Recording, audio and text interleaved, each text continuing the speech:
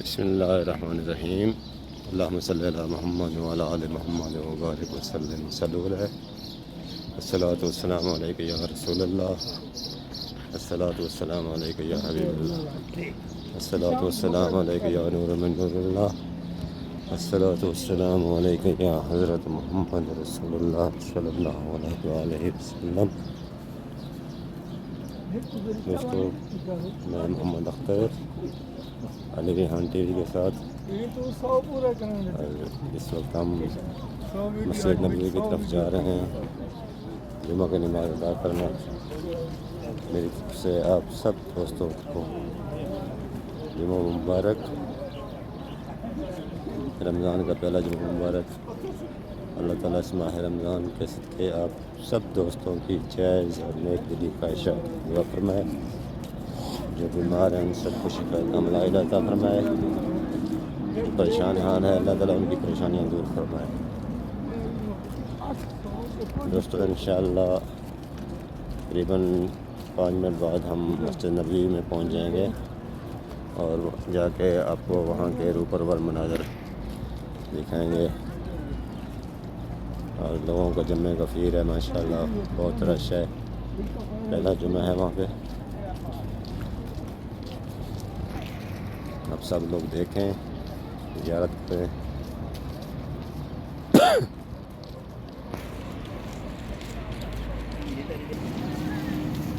दोस्तों, ये यहाँ का पार्किंग एरिया है गाड़ियों का। ये सामने मस्जिद बिलाल नज़र आ रही है।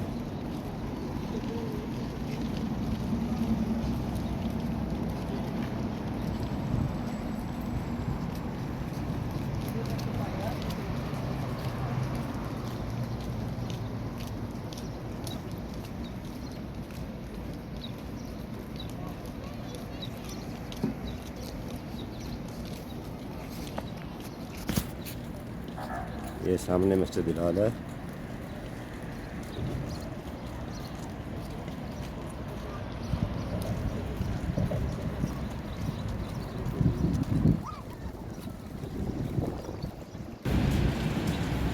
ये हम इस वक्त पुल के नीचे से गुजर रहे हैं।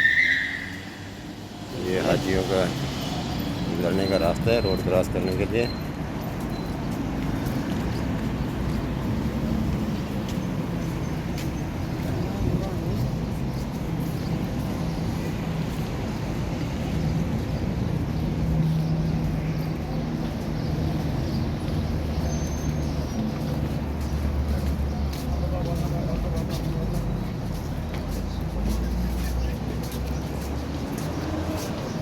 ये दुकानें हैं यहाँ पे हाजियों की खरीद फरोख्त के लिए। खजूरें, कपड़ों की दुकानें।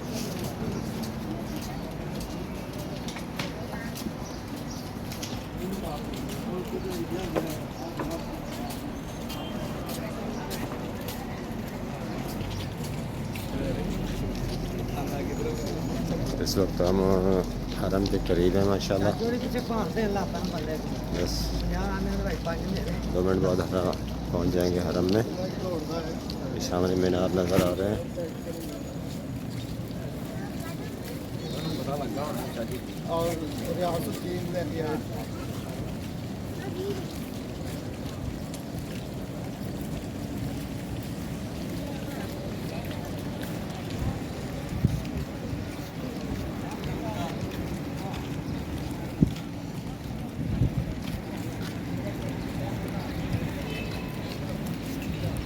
ये नई बिल्डिंगें तैयार हो रही हैं।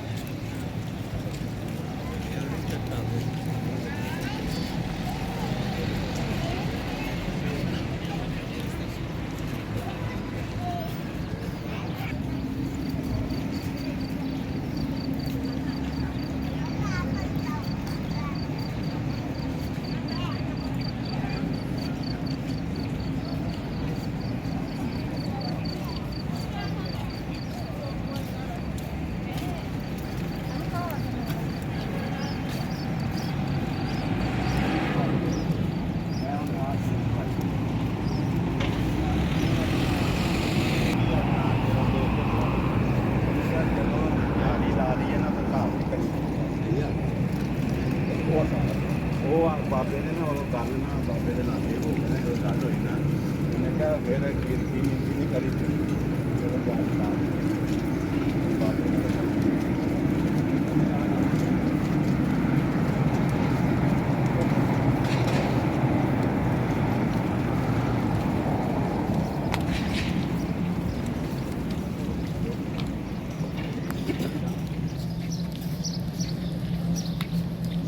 ये इस वक्त माशाल्लाह हम हरम में दाखिल हो रहे हैं। ये देखें माशाल्लाह खूबसूरत मंजर, जुमे का दिन है।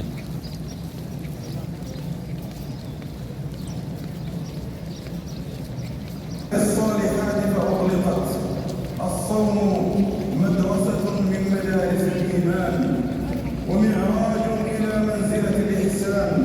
قال صلى الله عليه وسلم: الإحسان أن تعبد الله كأنك تراه فإن لم تكن تراه فإنه يراك. لأنه سر العبد سر بين العبد وربه لا يطلع عليه سواه ولا يعلمه غيره، فهو عبادة يتحقق فيها معاني الإخلاص لله وصدق العبودية له. فحال الممسك شبه مثل حال الممسك تقربا في الصورة الظاهرة، كما أنه لا يميز بين الممسك وغير الممسك في ظاهر الحال.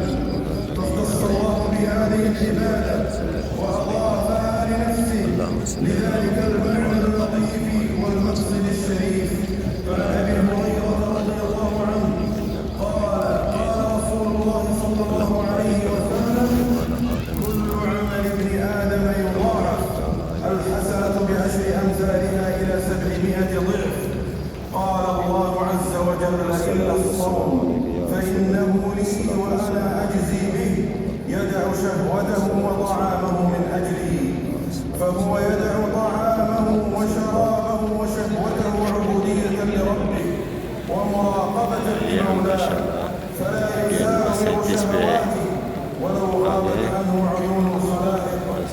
نسيم صبا نجد متى جئت حاملا تحيتهم فضل الحديث عن الرجل، ولكنه تقدس اسمه في الحديث القدسي السابق: وأنا أجزي به، إشارة لجليل فضله وجزيل عطائه، فإن العطاء على قدر ما عند المعطي وعلى قدر جوده. ليس يعطيك للرجاء والخوف، ولكن يلذ طعم الرجاء. يسقط الطير حيث ينتثر الحب وتغشى منازل الكرماء. في شهر رمضان تتجلى نعمة الله تعالى بهذا الدين الذي شرعت فيه هذه العبادات العظيمة تحقيقا لمصالح كبرى ومقاصد عظمى، من تربية المؤمن على الصبر وطبع النفس عن شهوتها وكسر ثورتها، وشعور الغني بحرارة جوع الفقير، وتزكية النفس وجلاء مرآتها حتى تشع في أنحائها أنوار القرآن وتنطلق في حناياها أسرار الإيمان. وحقيق بالعبد أن يشكر الله جل وتقدس على تلك المنن، كما أشار جل شأنه لذلك في ختام الآية إشارة دقيقة اللفظ، فقال: شهر رمضان الذي أنزل فيه القرآن هدى للناس وبينات من الهدى والفرقان، فمن شهد منكم الشهر فليصم، ومن كان مريضا أو على سفر فعدة من أيام أخر، يريد الله بكم اليسر ولا يريد بكم العسر ولتكملوا العدة ولتكبروا الله على ما هداكم ولعلكم تشكرون. بارك الله لي ولكم في القرآن والسنة، وعصمنا من كل بدعة ووقانا شر كل فتنة، وجعل تقواه لنا عدة وذخيرة وجنة. أقول ما سمعتم وأستغفر الله العظيم فاستغفروه إنه كان غفورا رحيما. الحمد لله أهل الحمد والثناء المسبغ جزيل العطاء وجليل الآلاء، والصلاة والسلام